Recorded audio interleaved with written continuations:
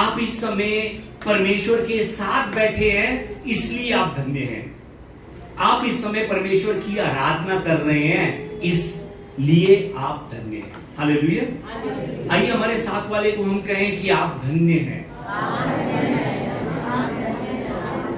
सच में आप बहुत धन्य हैं, क्योंकि आप इस समय परमेश्वर की आराधना कर रहे हैं। हम इस समय परमेश्वर की आराधना कर रहे हैं। अगर आपको याद होगा तो पिछले हफ्ते मैंने वचन में आपको बांटा था कि पवित्र शास्त्र में परमेश्वर ने प्रार्थना करने वाले विश्वासियों को बहुत बड़े बड़े वायदे किए हैं। वायदे उनसे किए हैं जो प्रार्थना करते हैं। पिछले हफ्ते हमने वचन में भी देखा था कि यीशु मसीह वचन में कह रहे थे कि मांगो तो तुम्हें दिया जाएगा, ढूंढो तो तुम पाओगे, खटखटाओ तो तुम्हारे लिए खोला जाएगा। सिर्फ यही नहीं, आगे भी यीशु मसीह कह रहे थे, जो कोई मांगता है उसे मिलता है, जो ढूंढता है वो पाता है, जो खटखटाता है उसके लिए खोला जाएगा। सच में इतने बड़े और कीमती वादे हमारे परमेश्वर ने आपसे किए हैं, विश्वासियों से किए हैं। आज इतने बड़े बड़े वादे हमने पाने के बाद भी क्यों आज बहुत से विश्वासी जो है ना, जो जीवित परमेश्वर की प्रार्थना कर रहे हैं, क्यों आज उन विश्वासियों की प्रार्थना का उत्तर नहीं मिल पा रहा है? परमेश्वर ने वादा किया है तो वो पूरा भी होना चाहिए, पर वादा कर कर भी उत्तर नहीं मिल रहा है। वो हम प्रार्थना कर रहे हैं, प्रार्थना कर कर भी हमारी प्रार्थना जो है ना वो अनसुनी हो रही है। क्यों? इसके ऊपर मैंने पिछले हफ्ते आपको 4 बातें बताई थी वचन के अनुसार। सच में यीशु ने तो विश्वासियों से कहा है कि मांग और तुझे मिलेगा। फिर क्यों बहुत से लोग जो है ना परमेश्वर से मांग रहे हैं पर उन्हें नहीं मिल रहा? क्यों? पिछले हफ्ते हो सकता है कि हम में से कोई ना आया हो, तो इसलिए सब डिटेल में नहीं, सिर्फ एक मोटे मोटे पॉइंट बताऊंगा। पहली बात मैंने आपको बताई थी कि हमारी प्रार्थना अनसुनी होने का पहला कारण क्या था, कि हम प्रार्थना कर कर भी विश्वास नहीं करते कि मेरी प्रार्थना का उत्तर मिलेगा कि नहीं मिलेगा। हम प्रार्थना कर कर भी संदेह करते हैं, शक करते हैं कि मेरी प्रार्थना सुनी जाएगी कि नहीं सुनी जाएगी, इसलिए हमारी प्रार्थना का उत्तर नहीं मिलता। दूसरी बात मैंने आपको बताई थी, हमने वचन में देखा था कि यदि हमारे जीवन में पाप छुपा हुआ है, यदि हम पाप में जी रहे हैं, तब भी हमारी प्रार्थनाओं का उत्तर जो है ना वो हमें नहीं मिलेगा। तीसरी बात मैंने आपको वचन के द्वारा बताई थी कि यदि परमेश्वर का वचन हमारे अंदर नहीं है, तब भी हमारी प्रार्थनाओं का उत्तर जो है ना वो हमें नहीं मिलेगा। और चौथी बात मैंने आपको बताई थी कि हमारी परीक्षा के समय हमारा परमेश्वर जो है ना हमारी प्रार्थनाएं नहीं सुनता। याद है कि भूल गए? धन्यवाद। आज जो है ना हम आगे बढ़ेंगे। आगे 4 कारण हमने पीछे देखे थे, आज हम 5वें कारण से हम आगे बढ़ना शुरू होंगे। हमारी प्रार्थना का उत्तर क्यों नहीं मिलता, उसका 5वां कारण अय्यूब की पुस्तक अध्याय 35 की 12 में लिखा है। आइए हम इस समय एक बार इकट्ठे होकर इस परमेश्वर के वचन को पढ़ें। आइए शुरू करें। वे दुहाई देते हैं परंतु कोई उत्तर नहीं देता, यह बुरे लोगों के घमंड के कारण होता है। आमीन। वचन कहता है कि अगर हमारे जीवन में घमंड है, क्या है? घमंड। यदि हमारे जीवन में घमंड है तो हमारी प्रार्थनाओं के लिए वो एक बहुत बड़ी रुकावट है, बहुत बड़ी। बाइबल में घमंड को परमेश्वर के अनुग्रह और सहायता को नकारने का सबसे बड़ा पाप कहा गया है, सबसे बड़ा पाप। भजन संहिता 18 की 27 में भी हमारा परमेश्वर कहता है हमसे, तू दीन लोगों को तो बचाता है परंतु घमंड भरी आंखों को नीची करता है। आमीन। नीति वचन 29 की 23 में भी हमारा परमेश्वर कहता है कि मनुष्य घमंड के कारण नीचा खाता है। मनुष्य को नीचा क्यों देखना पड़ता है? घमंड के कारण। C.S. लुइस नाम के पास्टर हैं, उन पास्टर ने अपनी किताब में लिखकर कहा है कि सब पापों में से सबसे बड़ा पाप जो है ना वो घमंड का पाप है। पुरानी कलीसियाओं में थॉमस अक्विनास नाम के एक परमेश्वर के दास थे। उन्होंने अपनी किताब के अंदर लिखा था कि घमंड सब पापों की मां है, मां। हर एक पाप की शुरुआत जो है ना वो घमंड से होती है, वो ये बात करते हैं। परमेश्वर का वचन, नीति वचन 16:18 में भी परमेश्वर कहते हैं विनाश से पहले गर्व और ठोकर खाने से पहले घमंड होता है।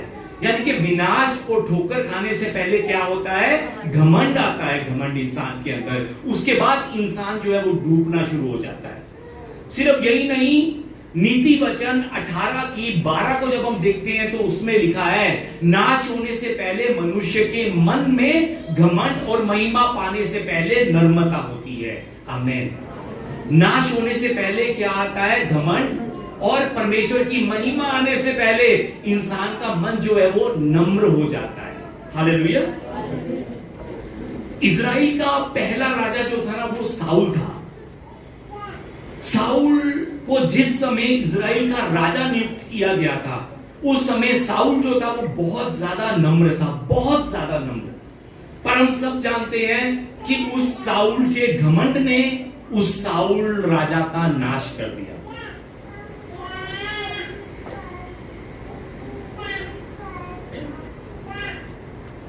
एक दिन सेंट ऑगस्टिन नाम के एक परमेश्वर के सेवक थे।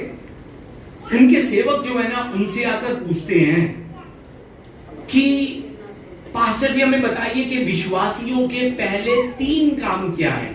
विश्वासियों के पहले 3 काम क्या हैं?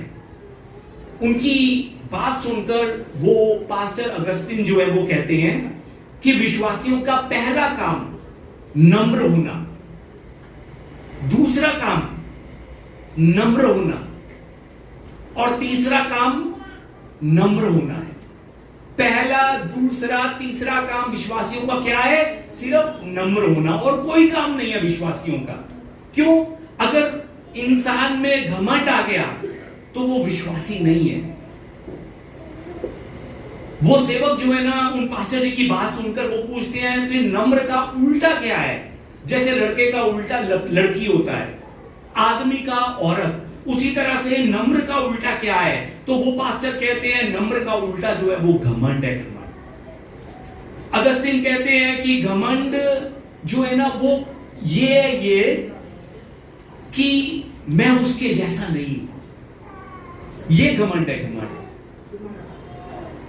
मैं अब बहुत ज्यादा नम्र हो गया हूं, खुद को दूसरों से मिलाना,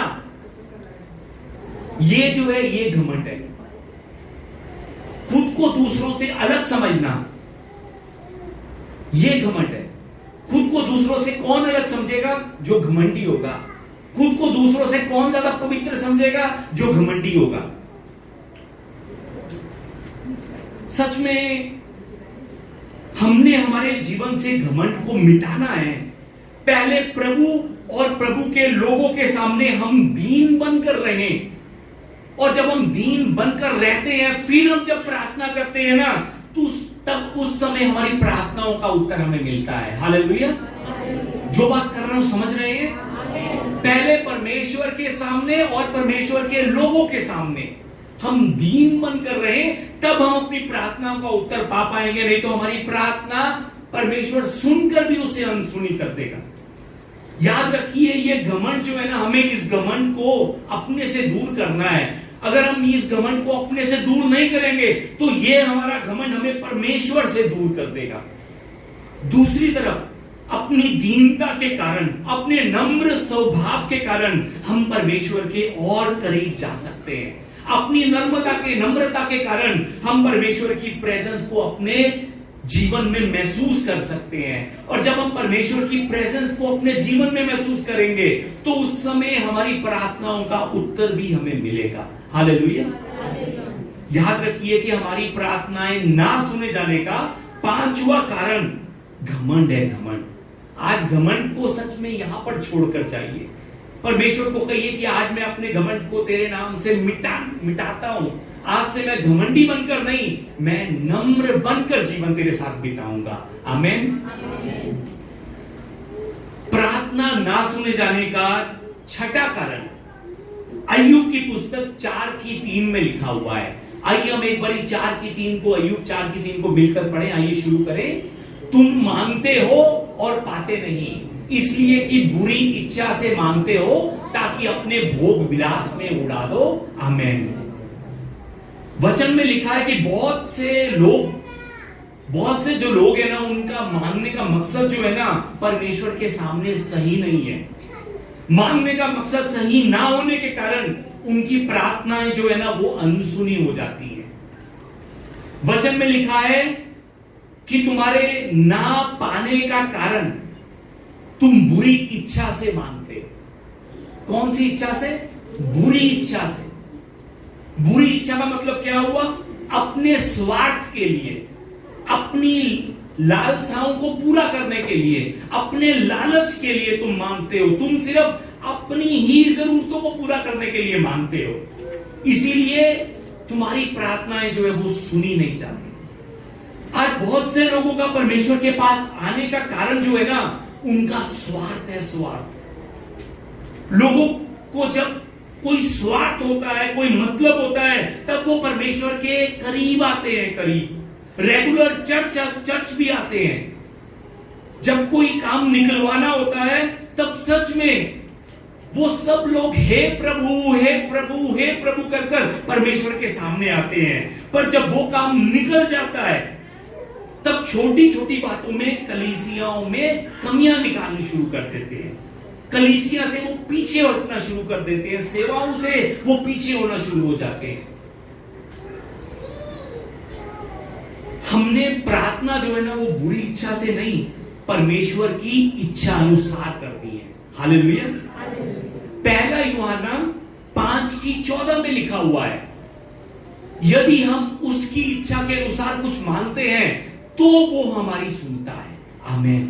यदि हम उसकी इच्छा अनुसार मांगते हैं, परमेश्वर की इच्छा क्या होगी कि हम अपने लिए सिर्फ मांगे, अपने लालच के लिए मांगे, अपनी लालसाओं को पूरा करने के लिए मांगे? नहीं, परमेश्वर की इच्छा है कि हम अपनी जरूरतों को भी लेकर जाएं और अपने दोस्तों की, अपने भाइयों की, अपनी बहनों की जरूरतों को भी लेकर हम परमेश्वर के पास जाएं। जब हम नम्र मन के साथ अपने दोस्तों की, अपने भाइयों की जरूरतें मांगते हुए अपनी जरूरतें मांगते हैं, परमेश्वर की इच्छा को अपने जीवन में पूरा करते हैं, तब हमारी प्रार्थनाओं का उत्तर जो है ना, वो हमें मिलता है। याद रखिए, वचन में लिखा है हम विश्वासियों की प्रार्थना उसकी इच्छा अनुसार होनी चाहिए। उसकी इच्छा अनुसार, हमारी इच्छा अनुसार नहीं। मैं ये चाहता हूं ये हो जाए, मैं वो चाहता हूं वो हो जाए। सच में हम राजा नहीं है, हमारा परमेश्वर हमारा राजा है। अगर हम राजा को, अपने परमेश्वर को हम कहते हैं कि वो राजा है और मैं उसका दास हूं, तो हम कैसे अपनी जरूरतों को उस पर ठोक सकते हैं? हम कैसे उसको फोर्स कर सकते हैं कि नहीं ये कर ये कर? कौन सा सेवक अपने मालिक को फोर्स करता है? सच में हमने अपने जीवन में प्रार्थनाएं कर कर अंत में यह प्रार्थना जरूर करनी है कि प्रभु मेरी इच्छा नहीं, आपकी इच्छा पूरी हो। मेरा मकसद नहीं, आपका मकसद पूरा हो। अगर आपकी इच्छा है तो हालेलुया पूरी हो। अगर आपकी इच्छा नहीं है, तब भी प्रभु मुझे मन दीजिए कि मैं उस सच्चाई को स्वीकार कर सकूं। हालेलुया। प्रार्थना ना सुने जाने का छठा कारण जो है, हम परमेश्वर की इच्छा नहीं, स्वार्थी बनकर अपनी लालसाओं को पूरा करने के लिए मांगते हैं। इसीलिए हमारा परमेश्वर हमारी प्रार्थनाओं का उत्तर हमें नहीं देता। अब प्रार्थना ना सुने जाने का सातवां कारण, वचन को सुन पा रहे हैं सब जो है? प्रार्थनाएं ना सुने जाने का सातवां कारण पहला पतरस की पुस्तक अध्याय 3:7 में लिखा है। आइए हम सब एक आवाज में मिलकर इस वचन को पढ़ें। आइए शुरू करें। वैसे ही हे पत्नियों,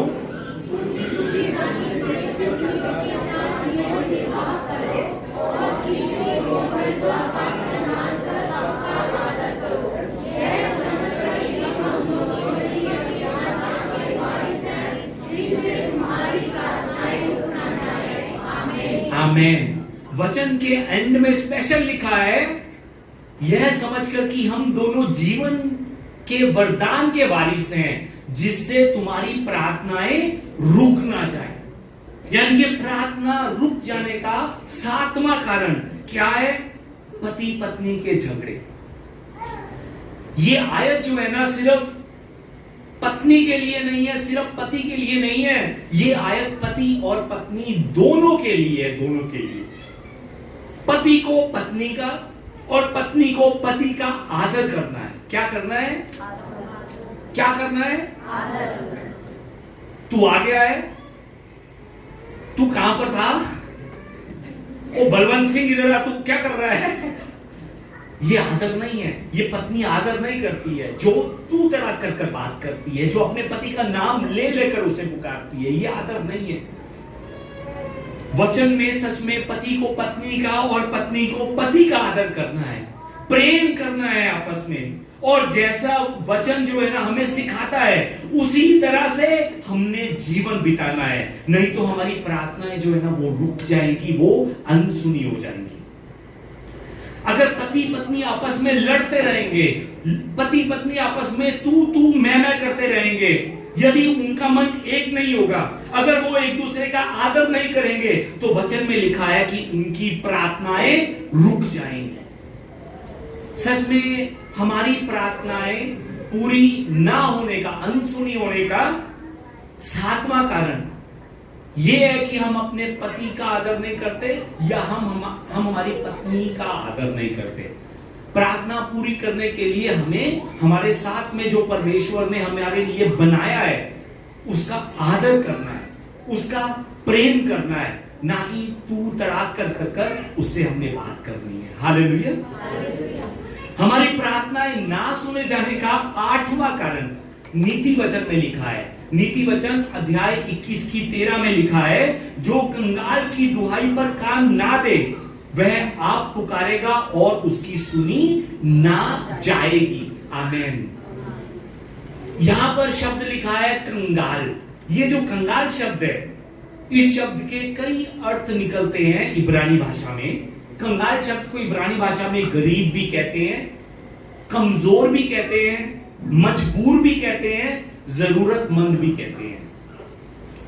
वचन में बताता है कि जो हमसे कमजोर है, जो हमसे मजबूर है, अगर वो हमसे कुछ मांगता है या हमारी किसी तरह से सहायता मांगता है, तो हम उनकी पुकार को बहुत बार अनसुनी कर देते हैं। और जब हम उनकी पुकार को अनसुनी कर देते हैं, तो हमारा परमेश्वर भी हमारी पुकार को अनसुनी कर देता है। सच में हम विश्वासियों के लिए ये बहुत जरूरी है कि हम एक दूसरे का साथ दें। क्या दें? साथ दे। साथ अगर हम एक दूसरे का साथ किसी और चीज से नहीं दे सकते, तो प्रार्थनाओं में एक दूसरे का साथ दीजिए। सच में परमेश्वर की भी ये इच्छा नहीं है कि हम पैसों के द्वारा मदद करें। क्यों? क्योंकि परमेश्वर जानता है कि आज हम पैसों के द्वारा मदद कर रहे हैं, कल हम खुद पैसे देकर परीक्षा में पढ़ सकते हैं। तो परमेश्वर हमसे कहता है कि जिस चीज के द्वारा तुम मदद कर सकते हो, जिस चीज के द्वारा तुम्हारा मन स्वस्थ रह सकता है, उस चीज के द्वारा मदद करो। प्रार्थना कीजिए एक दूसरे के लिए, अपने से कमजोर के लिए प्रार्थना कीजिए। प्रार्थना जब हम अपने से कमजोर के लिए प्रार्थना करते हैं ना, तो उस समय हमारी पुकार ऊपर से सुनी जाती है। हालेलुया। हमें सच में एक दूसरे को प्रार्थनाओं में याद रखना है। प्रार्थनाओं में याद रखकर हमें एक दूसरे की सहायता करनी है। वचन में यह भी लिखा है कि एक दूसरे के साथ ऐसा व्यवहार करो जैसा तुम चाहते हो कि तुम्हारे साथ किया जाए। आमीन। सच में हमारा परमेश्वर चाहता है, हमसे पूछता है कि मैं तुम्हारे साथ कैसा व्यवहार करूं। परमेश्वर को समझ में नहीं आ रहा है कि कैसा व्यवहार वो हमारे साथ करे। इसीलिए परमेश्वर ने ये हम पर छोड़ दिया है कि तुम जैसा व्यवहार दूसरों के साथ करोगे, मैं वैसा ही व्यवहार तुम्हारे साथ करूंगा। हालेलुया। तुम दूसरों को गालियां दोगे, एक दिन तुम्हें भी गाली सुननी पड़ेगी। तुम दूसरों को ठुकराओगे, एक दिन तुम्हें भी ठोकर खानी पड़ेगी। तुम दूसरों के बारे में गलत बोलोगे, तो एक दिन तुम्हें भी ऊपर जाकर मुझसे गलत सुनना पड़ेगा। परमेश्वर ने ये हम पर छोड़ दिया है, हम पर, कि हम जैसा व्यवहार यहां पर करेंगे परमेश्वर वैसा व्यवहार हमारे साथ ऊपर करेगा। याद रखिए इस बात को। नए नियम में फरीसी और सदूकी जो है ना, वो बहुत बार जरूरतमंदों की तरफ ध्यान नहीं देते थे। वो बस अपनी व्यवस्था और अपने नियमों में वो मस्त रहते थे। वो सच में मजबूरों को और ज्यादा लूटने की कोशिश करते थे। वो सच में गरीबों को इस्तेमाल करने की कोशिश करते थे। परमेश्वर उनके इसी स्वभाव के कारण उनसे नफरत करता था। याद रखिए, परमेश्वर उनसे नफरत नहीं करता था, उनके स्वभाव से नफरत करता था। इसीलिए उनकी प्रार्थनाओं का उत्तर उन्हें नहीं मिलता था। हालेलुया। प्रार्थनाओं का उत्तर ना मिलने का अगला कारण, 8वां कारण जो है वो ये है कि हम कंगालों की दुहाई पर कान नहीं लगाते, उनके लिए प्रार्थना नहीं करते। और प्रार्थना का उत्तर ना मिलने का 9वां कारण जो है वो सबोपदेशक आज के वचन 3:1 में लिखा है। आइए हम एक बार मिलकर पढ़ें। हर एक बात का एक अवसर और प्रत्येक काम का जो आकाश के नीचे होता है एक समय है। आमीन। हमें यह जानना जरूरी है कि परमेश्वर जो है ना, परमेश्वर उनका एक समय है। समय हमारे जीवन की हर एक बात के लिए परमेश्वर का समय है। हर एक बात के लिए परमेश्वर ने भी वचन में लिखा है, तुम्हारे जन्म का समय है, तुम्हारे मरने का भी समय है। सच में हर एक चीज का समय जो है ना, वो हमारे परमेश्वर ने हमारे लिए तैयार कर कर रखा है। हम चाहते हैं कि ये जल्दी जल्दी हो जाए, जो प्रार्थना हम कर रहे हैं वो जल्दी जल्दी सुनी जाए, पर परमेश्वर की सोच जो है ना वो कुछ और है। हम सब चीजें क्यों जल्दी से चाहते हैं? क्योंकि हम समय में रहने वाले लोग हैं, पर हमारा परमेश्वर हर एक काम अपने समय के अनुसार करता है। क्यों? क्योंकि वो समय के बाहर रहने वाला परमेश्वर है। उसने समय को बनाया है, इसलिए वो समय के अंदर नहीं है, वो समय के बाहर रहकर सब कुछ कंट्रोल करने वाला परमेश्वर है। उस परमेश्वर के लिए एक दिन एक साल के बराबर है और एक साल एक दिन के बराबर है। याद रखिए इस बात को। और अगर हम भी सच में परमेश्वर पर विश्वास करते हैं तो हमें उनके समय का इंतजार करते हुए विश्वास करना है कि वो अपने समय के अनुसार हमारे जीवन में सब कुछ ठीक करेगा। अगर हम सच में विश्वास करते हैं,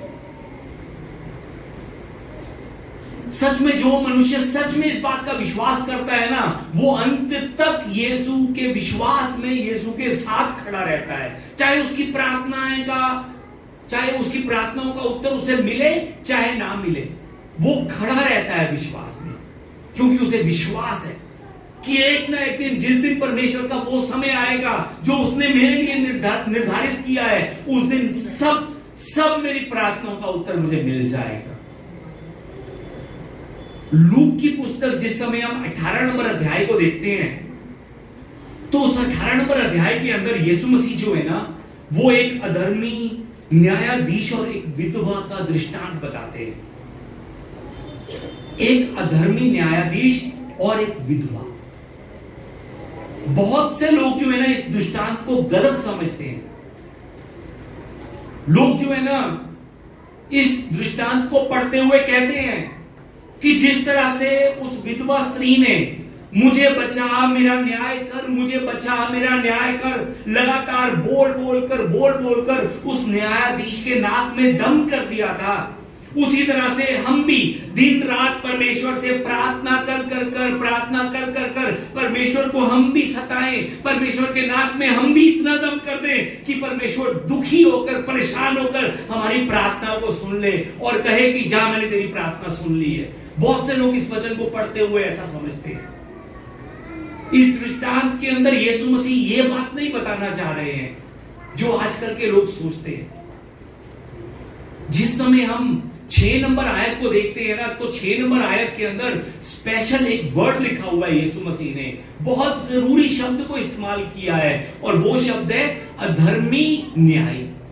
ये जो न्यायी है वो विश्वासी नहीं है। वो कौन सा न्यायी है? अधर्मी। अधर्मी, ये जज जो है वो यीशु पर, परमेश्वर पर विश्वास करने वाला इंसान नहीं है, वो अधर्मी विश्वासी वो इंसान है, अधर्मी जज है वो। और 6 नंबर आयत में यीशु मसीह कहते हैं कि सुनो कि ये अधर्मी न्यायी क्या कहता है। सुनो ध्यान से वो क्या कहता है। 4 और 5 में जो बात लिखी है उसके बारे में बता रहे हैं कि सुनो वो क्या कहता है। क्या कहता है वो अधर्मी न्यायी? 4 नंबर आयत के बीच में से लिखा है, वो अधर्मी न्यायी कहता है कि मैं ना तो परमेश्वर से डरता हूं और ना मनुष्य की कोई परवाह करता हूं, तो भी ये विधवा मुझे सताती रहती है, इसीलिए मैं उसका न्याय चुकाऊंगा। कहीं ऐसा ना हो कि घड़ी घड़ी आकर अंत को मेरे नाक में दम करे, वो मुझे परेशान बार बार आकर करे, इसलिए मैं जो हूं ना उसकी गुजारिश को मैं सुन लूंगा। ये अधर्मी न्यायी कहता है। आगे 7 और 8 नंबर आयतों को जब हम पढ़ते हैं ना, तो हम जान सकते हैं कि यीशु मसीह जो है ना क्या कहना चाह रहे हैं। यीशु मसीह कहते हैं कि ये जो न्यायी जो है, ये जो अधर्मी न्यायाधीश है, ये न्यायाधीश अधर्मी होकर, ना विश्वासी होकर, एक अधर्मी होकर, कठोर मन का होने के बाद भी वो उस स्त्री की पुकार को सुनता है। कठोर मन का होने के बाद भी, परंतु मैं तो तुम्हारा परमेश्वर हूं। यीशु मसीह कहते हैं कि वो परमेश्वर जिसकी तुम प्रार्थनाएं कर रहे हो वो तो तुम्हारा पिता है। पिता वो कठोर नहीं है, वो अधर्मी नहीं है, वो ना विश्वासी नहीं है, वो तुम्हारा पिता है। पिता, और एक पिता कैसे अपने बच्चों की पुकार को अनसुनी कर सकता है, ये उदाहरण उस अधर्मी न्यायाधीश के जीवन के द्वारा देकर बताते हैं। 7 नंबर आयत में यीशु मसीह क्या लिखकर कहते हैं? यीशु कहते हैं, क्या परमेश्वर अपने चुने हुओं का न्याय ना चुकाएगा? ये बात करने की कोशिश करते हैं। जो दिन रात उसकी दुहाई देते रहते हैं, क्या वह उनके विषय में देरी करेगा? तुम्हें लग रहा है कि परमेश्वर देरी कर रहे हैं, पर तुम सब परमेश्वर के प्यारे हो। परमेश्वर अपने समय के अनुसार तुम्हारी दुहाई को सुनेगा, और वो अपने समय के हिसाब से बिल्कुल सही चल रहा है। तुम सोच रहे हो कि वो देरी कर रहा है। सच में हम लोगों को लगता है कि जल्दी जल्दी हो जाए, जल्दी नहीं सुन रहे हैं परमेश्वर मेरी, पर परमेश्वर कहते हैं कि वो सब कुछ अपने समय के अनुसार कर रहे हैं। अपने समय के अनुसार सब कुछ चल रहा है, परमेश्वर कहते हैं। 8 नंबर आयत में यीशु क्या कहना चाहते हैं? यीशु कहते हैं, मैं अपने वादे के अनुसार पूरा करूंगा। जो वादा यीशु कहते हैं कि उसने अपने लोगों से किया है, वो वादे को वो पूरा करेंगे। पर क्या विश्वासी मेरे वादे पर विश्वास कर अपने विश्वास में अंत तक स्थिर रह पाएगा? या फिर क्यों मुझे मेरी प्रार्थनाओं का उत्तर नहीं मिल रहा है, ये सोचकर वो भटक जाएगा, रास्ता बदल जाएगा, मुझे छोड़कर चला जाएगा। तभी तो यीशु मसीह कहते हैं कि मनुष्य का पुत्र जब उत्तर लेकर आएगा, वह उस विश्वासी को धीरज के साथ परमेश्वर के समय का इंतजार करते हुए प्रार्थना करता पाएगा। जो बात कर रहा हूं समझ पा रहे हैं? सच में जिस समय यीशु मसीह आएंगे, उत्तर लेकर आएंगे, उस समय क्या हम अपने विश्वास में खड़े रहकर कि हाँ मेरे प्रभु ने जो वादा किया है वो पूरा करेगा, पर यीशु मसीह जिस समय आएंगे, क्या हमें वो प्रार्थना करता देखकर, इंतजार करता देखकर, वो क्या सच में हमें इस रूप में देख पाएंगे, इस विश्वास में खड़ा देख पाएंगे? मैं आपको बताना चाहता हूं कि हमारा प्रभु यीशु मसीह आपकी और मेरी प्रार्थनाओं को सुनने वाला परमेश्वर है। वो हमारी प्रार्थना को अनसुनी नहीं करता, वो हमारी प्रार्थना को जांचता है कि कहीं हम उससे प्रार्थना में पत्थर तो नहीं मांग रहे हैं, कहीं हम उससे प्रार्थना में सांप तो नहीं मांग रहे हैं, कहीं हम उससे ऐसी चीज तो नहीं मांग रहे हैं जो हमें विनाश की ओर लेकर जा रही हो, जो हमें आज लग रहा हो कि हमारे लिए ये बहुत अच्छी है, पर आने वाले समय में उसी चीज के कारण हम विनाश की ओर चले जाएं। मत्ती की पुस्तक 7:9-11 में हमारे प्रभु यीशु मसीह कहते हैं कि तुम में से ऐसा कौन मनुष्य है कि यदि उसका पुत्र उससे रोटी मांगे तो वह उसे पत्थर दे, मछली मांगे तो सांप दे। आप में से कोई है कि आपका बेटा आपकी बेटी आपसे रोटी मांगे और आप उसे मजाक मजाक में पत्थर दे दे खाने के लिए? आपके बच्चे आपसे जो है ना खाने के लिए सब्जी मांगे, आप उसे सांप दे दे, जहर दे दे? कोई है ऐसा? परमेश्वर कहते हैं कि तुम लोग बुरे होकर अपने बच्चों को अच्छी वस्तुएं देना जानते हो, तो तुम्हारा स्वर्गीय पिता अपने मांगने वाले को अच्छी वस्तुएं क्यों ना देगा? क्यों ना देगा? मैं आपको समझाना चाहता हूं कि अगर आपकी विनती गलत है तो परमेश्वर आपको उत्तर नहीं देंगे। अगर आप परमेश्वर से कुछ गलत मान रहे हैं तो परमेश्वर आपसे कहेंगे बड़ा हो जाओ, बच्चों जैसी जिद मत कर। अगर आपके मांगने का टाइमिंग सही नहीं है तो परमेश्वर आपसे कहेंगे कि धीरज रख और समय का इंतजार कर, मेरे समय का इंतजार कर कर धीरज रख। बाइबल में भी हम देख सकते हैं कि कुछ लोगों को यीशु मसीह ने तुरंत चंगाई दी, तुरंत। कुछ लोगों को यीशु मसीह ने तुरंत उत्तर दिया, परंतु कुछ लोगों को थोड़ा इंतजार करना पड़ा। 12 साल से लहू बहने वाली स्त्री जिस समय वो यीशु के पास जाती है वो तुरंत चंगाई को प्राप्त कर लेती है, लेकिन जिस समय यायर अपनी बेटी की चंगाई के लिए आता है, आकर वो यीशु से विनती करता है, तब वहां पर यीशु मसीह कुछ देरी कर देते हैं। पीछे से ही यायर की बेटी जो है वो मर जाती है, उसकी मृत्यु हो जाती है। यीशु मसीह वहां पर पहुंचने में देरी कर देते हैं। देरी करने का मतलब यह नहीं है कि यीशु मसीह ने कार्य नहीं किया। लाजर के जीवन में भी हम देख सकते हैं कि यीशु मसीह को मालूम था कि लाजर जो है वो बहुत बीमार है, पर वो लाजर के पास उस समय नहीं गए। लाजर की बहनें यीशु मसीह को पुकार रही थी, अपनी प्रार्थनाओं के उत्तर का वो इंतजार कर रही थी, पर यीशु मसीह की सोच कुछ अलग थी। यीशु मसीह उनकी सोच के मुताबिक, उनके कहे अनुसार वो नहीं वहां पर पहुंचे। क्यों वो वहां पर उनकी प्रार्थनाएं अनुसार, उनके कहे अनुसार, उन बहनों की सोच के अनुसार वो नहीं पहुंचे? क्यों मुझे नहीं मालूम है, पर मुझे इतना मालूम है कि जब भी वो वहां पर पहुंचे, जिस समय भी वो वहां पर पहुंचे, उस समय उनके द्वारा परमेश्वर का नाम ऊंचा उठाया गया, उस समय परमेश्वर की महिमा हुई।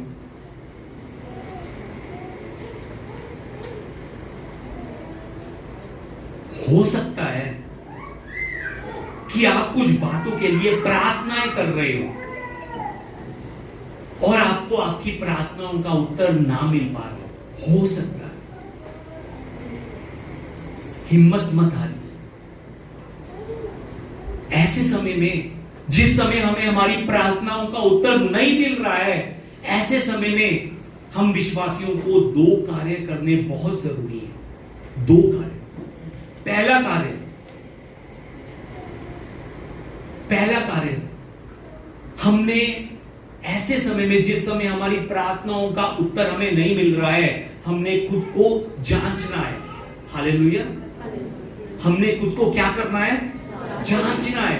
पहला काम हमने खुद को जांचना है कि कहीं पर मेरे अविश्वास के कारण, मेरे कहीं पर पापों के कारण, वचन के अनुसार ना चलने के कारण, मुझ में घमंड होने के कारण, मेरा स्वार्थ, मुझ में स्वार्थ, मेरे लालच के कारण, या पति पत्नी का आदर ना करने के कारण, या फिर कंगालों की दुहाई ना सुनने के कारण, या फिर परमेश्वर का समय का इंतजार ना करते हुए जल्दी करने के कारण, या फिर कहीं पर मेरी परीक्षाओं के कारण मेरी प्रार्थनाएं रुकी तो नहीं हुई है। हमने इन चीजों को जांचना है। हम सच में जांचते हैं और हम पहचान जाते हैं कि हाँ, सच में मुझ में घमंड नहीं है। मैं अपनी पत्नी का भी बहुत आदर कर रहा हूं। मैं पाप भी मैंने छोड़ दिए हैं, मुंह से गालियां निकालने भी बंद कर दी है मैंने जो है ना, लालच भी अब करना छोड़ दिया है। मैं अब स्वार्थी भी नहीं हूं, पर फिर भी मेरी प्रार्थनाओं का उत्तर नहीं आ रहा। ऐसे समय में हमें दूसरा काम करना है। दूसरा काम क्या है? दूसरा काम परमेश्वर के वायदे को याद रखना है हमने, और उस वादे को याद रखकर हमने पकड़ कर रखना है। हालेलुया। याद रखिए, पहला काम हमने खुद को जांचना है, और दूसरा काम परमेश्वर के वादे को याद रखते हुए उन वायदों को हमने पकड़ कर रखना है। पवित्र शास्त्र में परमेश्वर ने हम सबसे बहुत वादे किए, बहुत वादे। बाइबल में परमेश्वर ने अब्राहम और सारा से भी वादा किया था कि वो उन्हें बच्चे से आशीष देगा। परमेश्वर उनके वंश को उनके द्वारा आगे बढ़ाएगा। और ये जो वादा था, परमेश्वर ने अब्राहम सारा से एक बार नहीं, बाइबल को जब हम पढ़ते हैं बार बार ये वादा परमेश्वर ने उनको याद दिलवाया, बार बार। पर हम जानते हैं बार बार याद दिलवाने के बावजूद भी सारा और अब्राहम धीरज ना रख पाए। सारा ने अब्राहम को अपनी दासी हजीरा से संबंध बनाकर बच्चा पैदा करने के लिए कहा। उनकी इसी एक गलती के कारण लगभग 13 से 14 साल परमेश्वर ने अब्राहम और सारा की पुकार ना सुनी। अब्राहम और सारा को परमेश्वर का वादा क्या याद नहीं था? उन्हें परमेश्वर का वादा याद था। परमेश्वर ने बार बार उनको याद दिलवाया था कि मैंने तुमसे ये वादा किया है, ये वादा किया है। पर उनकी गलती क्या थी? उन्होंने उस वादे को पकड़ कर नहीं रखा। सुना था पर पकड़ कर नहीं रखा। क्यों उन्होंने उस वादे को पकड़ कर नहीं रखा होगा? क्यों? शायद उन्हें लगा हो कि परमेश्वर उन्हें किसी और तरह से आशीर्वाद दे, शायद किसी और के द्वारा बच्चा जो है वो हमें दे। अगर उन्होंने वादे को पकड़ कर रखा होता तो वो गलती ना करते। परमेश्वर ने जो वादा उनसे किया था, उसी वादे को परमेश्वर ने अपने समय में पूरा किया। परमेश्वर वादे को पूरा करने वाला परमेश्वर है। उन दोनों को लग रहा था कि अब इम्पॉसिबल है, अब नहीं कुछ हो सकता, अब नामुमकिन है। पर वो ये भूल गए थे कि परमेश्वर, जिस परमेश्वर पर वो विश्वास करते हैं, वो परमेश्वर सर्वशक्तिमान परमेश्वर है। उस परमेश्वर के लिए कुछ भी इम्पॉसिबल नहीं है। वो सब कुछ करने वाला परमेश्वर है। अगर उन्होंने वो वादा पकड़कर रखा होता तो शायद आज कुछ और कहानी होती। हमारे जीवन में भी हमारे परमेश्वर ने हमसे बहुत वादे किए हैं, आपसे बहुत वादे किए हैं। आप उस वादे को भूल ना जाएं, इसलिए परमेश्वर ने वो वादे इस पवित्र शास्त्र में लिखकर आप सबके लिए छोड़े हैं, मेरे लिए छोड़े हैं, कि हम इन वादों को भूल ना जाएं। अब हमारा काम क्या है? इन वादों को याद रखते हुए इन वादों को हमने पकड़ कर रखना है और परमेश्वर के समय का इंतजार करना है। याद रखिए, परमेश्वर ने हर एक उस वादे को जो उसने आपसे किया है ना, उस हर एक वादे का परमेश्वर ने समय नियुक्त किया हुआ है, हर एक वादे का। आज अगर आपको लगता है कि उस वादे को पूरा होने में देरी हो रही है, वो वादा नहीं पूरा हो रहा, तो आज से उस वादे को याद रखते हुए उस वादे को पकड़ कर रखिए, और पकड़कर उस वादे को पकड़कर उसके लिए लगातार प्रार्थना कीजिए, उस वादे के लिए जो परमेश्वर ने आपसे किया है, ताकि अपने समय के अनुसार परमेश्वर अपने उस वादे को आपके जीवन में पूरा कर सके जो परमेश्वर ने आप सबसे किया है। हालेलुया। आज कौन सी चिंता आपको परेशान कर रही है? किस चीज के कारण आज आप निराश होकर बैठे हैं? क्यों आप उदास हैं? आज कौन सी प्रार्थना आपकी नहीं सुनी जा रही है? कौन सी प्रार्थना रुकी हुई है? आइए इस समय सच में हम प्रार्थना करते हुए गीत गाएंगे, और जहां पर हमारी कमी है, अपनी कमी को हम अपने अंदर से दूर करेंगे, और अपनी कमी को दूर करते हुए जो परमेश्वर ने वादा हमसे किया है, उस वादे को हम याद रखते हुए उस वादे को हम पकड़ कर रखेंगे, ताकि परमेश्वर अपने उस समय के अनुसार वो हर एक चीज को पूरा कर सके, हर एक वादे को पूरा कर सके जो उसने हमारे जीवन में किया है। याद रखिए, आज वचन में हमने देखा था कि हर एक बात का एक अवसर और हर एक काम का जो आकाश के नीचे होता है, एक समय है, एक समय है, एक समय है, हर एक चीज का समय है। आइए इस समय हम अपनी आंखों को बंद करें और परमेश्वर से प्रार्थना करते हुए हम एक बार खुद को जांचने की कोशिश करें।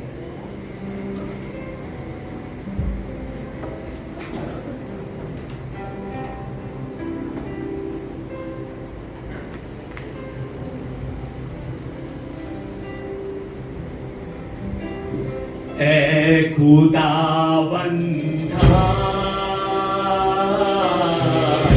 मैं तेरा बंदा, ऐ खुदावंदा, मैं तेरा परमेश्वर से, ऐ खुदावंदा, मैं तेरा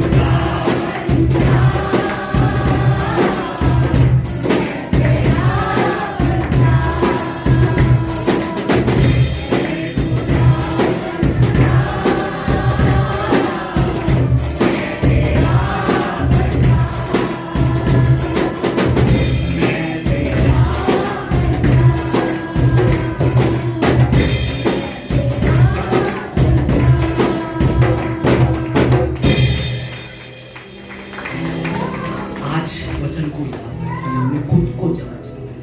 पहला काम हमने खुद को जांचना है। दूसरा, हमने परमेश्वर के वादे को जो उसने हमसे किया है, उस वादे को सुनकर हमने याद रखना है, उसे पकड़ कर रखना है।